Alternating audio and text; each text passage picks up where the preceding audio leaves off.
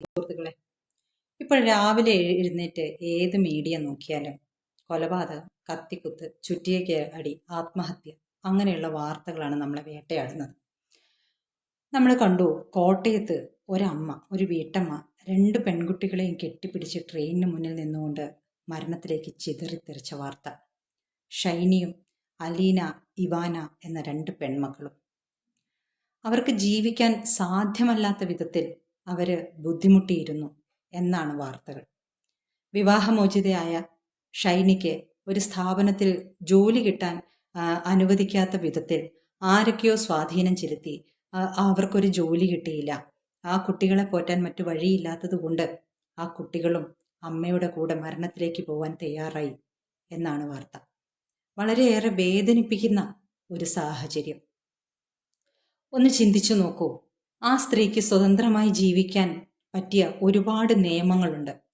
പക്ഷേ ആരുടെയൊക്കെയോ മനോഭാവം, ആ സ്ത്രീയെ ജീവിക്കാൻ സമ്മതിക്കരുത് എന്നുള്ള ആരുടെയൊക്കെയോ മനോഭാവം കൊണ്ട് അവർ സ്വാധീനം ചെലുത്തി അവർക്ക് സ്വാധീനിക്കാവുന്ന അധികാര കസേരയിൽ ഇരിക്കുന്ന ആരെയൊക്കെയോ സ്വാധീനിച്ച് ജോലി കിട്ടാതെ ആക്കാനുള്ള എന്തൊക്കെയോ ചെയ്തു വെച്ചു.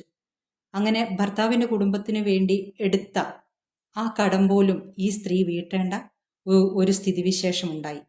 അങ്ങനെ അയൽക്കൂട്ടത്തിൽ നിന്നോ മറ്റോ ലക്ഷങ്ങൾ കടമെടുത്തിട്ടുണ്ട്. അത് തിരിച്ചു കൊടുക്കാത്തത് കൊണ്ട് അത് പിന്നീട് എന്തൊക്കെയോ പ്രശ്നങ്ങളുണ്ടായി.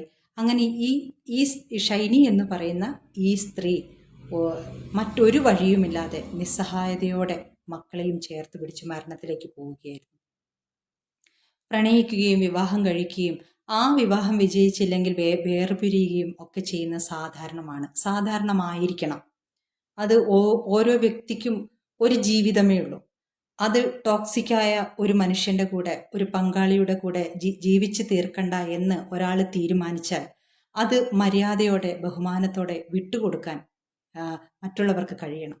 അത് ഒരുപക്ഷെ സ്വന്തം വീട്ടുകാരെ ആയിരിക്കും സ്ത്രീയോട് പറയുന്നത്, നീ അവിടെ തന്നെ നിൽക്കണം, നിന്നെ ആർക്കും ഏറ്റെടുക്കാൻ പറ്റില്ല, നിന്നെ ആർക്കും സംരക്ഷിക്കാൻ പറ്റില്ല എന്ന് പറയുന്നത്. സ്വന്തം കാലിൽ നിൽക്കാൻ ശ്രമിക്കുമ്പോൾ മറ്റുള്ളവർ സമൂഹത്തിലോ ഭർത്തൃ വീട്ടിലോ സ്വന്തം വീട്ടിലോ ആരെങ്കിലുമൊക്കെ ഒരു വ്യക്തി സ്വതന്ത്രമായും സന്തോഷമായും ജീവിക്കുന്നത് കാണാൻ പറ്റാത്ത, അത് സഹിക്കാൻ പറ്റാത്ത ആരൊക്കെയോ എല്ലാ കാര്യങ്ങൾക്കും തടസ്സമുണ്ടാക്കുന്നു.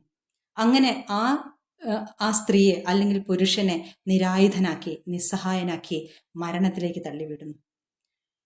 ഇത് ഒരു വ്യക്തിയെ ബഹുമാനിക്കാൻ കഴിയാത്തത് കൊണ്ടല്ലേ? ഇത് ഒരു സംസ്കാരത്തിന്റെ പ്രശ്നമല്ലേ ഇത്? നോക്കൂ, 2 രീതിയിലാണ്, പുരുഷനുമുണ്ട് സ്ത്രീക്കുമുണ്ട് ഈ ടോക്സിക്കായ സ്വഭാവം, പകപോക്കുന്ന സ്വഭാവം. ഒരു അകന്നു പോകുന്ന, പിരിഞ്ഞു പോകുന്ന പങ്കാളിയോട് പിന്നീട് എന്തിനു പകപോക്കണം എന്ന് ചോദിച്ചാൽ അതിൻ്റെ ഉടമസ്ഥാവകാശം കയ്യിലുണ്ടായിരുന്ന പോലെയാണ് പെരുമാറുന്നത്. ആരോടും ഉടമസ്ഥതയില്ല എന്നൊരു ബോധമുണ്ടെങ്കിൽ, സംസ്കാരം ഉണ്ടെങ്കിൽ ആ രീതിയിൽ പെരുമാറുകയില്ലല്ലോ. ഈ ഒരു ഉടമസ്ഥതാ ബോധമാണത്. ഇപ്പൊ പുരുഷനോട് നോക്കൂ, പല പുരുഷന്മാരും ഉണ്ട്. ടോക്സിക്കായ സ്ത്രീകളെ കൊണ്ട് ഒരുപാട് കഷ്ടപ്പെടുന്ന പുരുഷന്മാരുണ്ട്. അവർ വിവാഹമോചനത്തിനോ അല്ലെങ്കിൽ ഒരു ബന്ധത്തിൽ നിന്ന് പുറത്തു പോകാനോ ശ്രമിക്കുമ്പോൾ ഈ സ്ത്രീ സംരക്ഷണത്തിനുള്ള നിയമങ്ങൾ വെച്ചിട്ട് ആ പുരുഷനെ കുടുക്കുന്ന സ്ത്രീകളുണ്ട്. സ്ത്രീക്ക് സംരക്ഷണത്തിന് വേണ്ടിയുള്ള നിയമങ്ങൾ വെച്ചിട്ടാണല്ലോ ഇപ്പോൾ പല സ്ത്രീകളും പുരുഷന്മാരെ ട്രാപ്പ് ചെയ്യാൻ ശ്രമിക്കുന്നത്. അങ്ങനെയുള്ളതുണ്ട്, നമുക്കത് കാണാൻ പറ്റും. സ്വന്തം സ്വത്തും എല്ലാം ഉപയോഗിച്ച് ശമ്പളവും സ്വത്തും സ്വന്തം പൈതൃക സ്വത്തും ഒക്കെ ഉപയോഗിച്ച് കുടുംബം എല്ലാം കെട്ടിപ്പടുത്ത് കഴിയുമ്പോൾ ഒരു പുരുഷൻ പുറത്താവുന്ന കാഴ്ച നമുക്ക് കാണാൻ പറ്റും. നിസ്സഹായനായി പോകുന്ന പുരുഷന്മാര് നമുക്ക് ചുറ്റുമുണ്ട്. ഒരുപക്ഷെ ലഹരിയിലേക്ക് പോകും, അല്ലെങ്കിൽ ആത്മഹത്യയിലേക്ക് പോകും, ഇല്ലെങ്കിൽ നിശബ്ദരായി മൗനികളായി ജീവിച്ചു തീർക്കും. ഒരു വ്യക്തിയെ അയാളുടെ ജീവിതം ജീവിച്ചു തീർക്കാൻ സമ്മതിക്കാത്ത സ്ത്രീകളുണ്ട്. അതുപോലെ സ്ത്രീകളെ സമ്മതിക്കാത്ത ഒരു പുരുഷ മേധാവിത്വ സമൂഹം തന്നെയുണ്ട്. അത് സ്ത്രീകൾ ഉൾപ്പെട്ട സമൂഹം തന്നെയുണ്ട്. അങ്ങനെ പിരിഞ്ഞു പോകുന്ന, സ്വന്തം കാലിൽ നിൽക്കാൻ ശ്രമിക്കുന്ന സ്ത്രീയെ ജീവിക്കാൻ സമ്മതിക്കാതിരിക്കുക, ജോലി കിട്ടാതെ എല്ലാവരെയും സ്വാധീനിച്ചു വെക്കുക, ഇതൊക്കെ കാണുന്ന ചുറ്റുമുള്ള ഒരു സമൂഹം ഉണ്ടാവും. അവർക്കതൊക്കെ മനസ്സിലാവുന്നുണ്ടാവും. ബന്ധുക്കളും സുഹൃത്തുക്കളും സഹപാഠികളും ഒക്കെ ഉൾപ്പെട്ട ഒരു സമൂഹം ചുറ്റും നിന്ന് ഈ സ്ത്രീ ഒറ്റയ്ക്ക് നിന്ന് പോരാടുന്നത് കാണുന്നുണ്ടാവും. പക്ഷെ അവരാരും ശബ്ദിക്കുകയില്ല. കാരണം ഈ പാട്രിയാർക്കൽ സമൂഹത്തിൽ അങ്ങനെ ഒരു കണക്ടിവിറ്റി ഉണ്ട്. ആരും ഈ ഒരു ബന്ധം, അവരോടുള്ള ബന്ധം, അത് ആ അധികാര കേന്ദ്രങ്ങളോടുള്ള ബന്ധം മോശമാക്കാൻ ആരും സമ്മതിക്കില്ല. അത് സംഘടനകളോ സഭയോ പള്ളിയോ NSSോ SNDPയോ എന്തോ ആയിക്കോട്ടെ, അവര് ആ കഴിവുള്ള അധികാരമുള്ള വ്യക്തിയുടെ കൂടെ മാത്രമേ നിൽക്കുകയുള്ളൂ.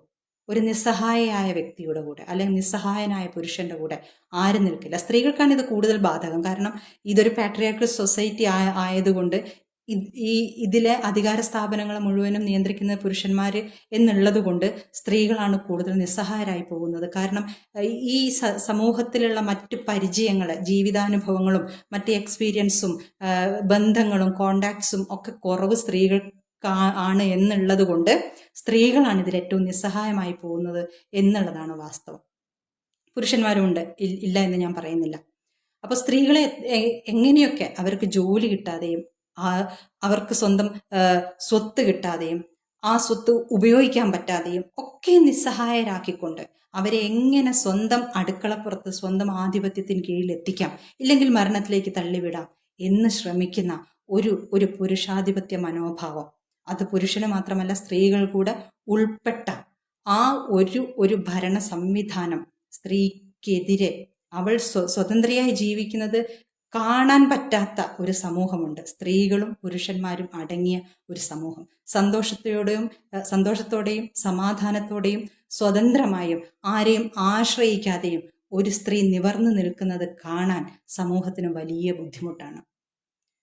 ഇത് ഞാൻ പറയുമ്പോൾ പലരും ചോദിക്കും, നീ ഇത് പറഞ്ഞതുകൊണ്ട് എന്ത് സംഭവിക്കാനാണ്, എന്തെങ്കിലും മാറ്റം വരുമെന്ന്. ആർക്കെങ്കിലും ഒരാൾക്കെങ്കിലും സഹജീവിയോടോ പങ്കാളിയോടോ ഒരു മര്യാദ കാണിക്കണം എന്ന് തോന്നിയാലോ, സൗഹൃദവും സ്നേഹവും ഒന്നും വേണ്ട, പക പോക്കാതിരുന്നാൽ മതി, മര്യാദ കാണിച്ചാൽ മതി, ഉപദ്രവിക്കാതിരുന്നാൽ മതി. ഒരു മുത്തച്ഛനും കുഞ്ഞും കൂടെ കടൽ തീരത്തുകൂടെ നടന്നുപോയ കഥ അറിയില്ലേ? ആ കുഞ്ഞ് ആ കടൽ തീരത്ത് കിടക്കുന്ന ആ മത്സ്യങ്ങളിൽ നിന്ന് ഓരോന്നിനെ ഇങ്ങനെ എടുത്ത് കടലിലേക്ക് ഇങ്ങനെ ഇടുമ്പോൾ മുത്തച്ഛൻ ചോദിക്കുകയാണ്, നീ അല്ല കുഞ്ഞ്, നിനക്ക് എത്ര എണ്ണത്തിനെ രക്ഷിക്കാൻ പറ്റുമെന്ന്. അപ്പോൾ കുഞ്ഞു പറയുന്നു, അല്ല മുത്തച്ഛ, ഒന്നാണെങ്കിൽ ഒന്ന്, രണ്ടാണെങ്കിൽ രണ്ട്, ആ ഒരു മീനെങ്കിലും വെള്ളത്തിലേക്ക് ഇങ്ങനെ നൂണ്ടിറങ്ങി പോകുന്ന ആ സന്തോഷകരമായ കാഴ്ച കാണാൻ പറ്റുമല്ലോ, അത്രയെങ്കിലും എനിക്ക് രക്ഷിക്കാൻ പറ്റുമല്ലോ.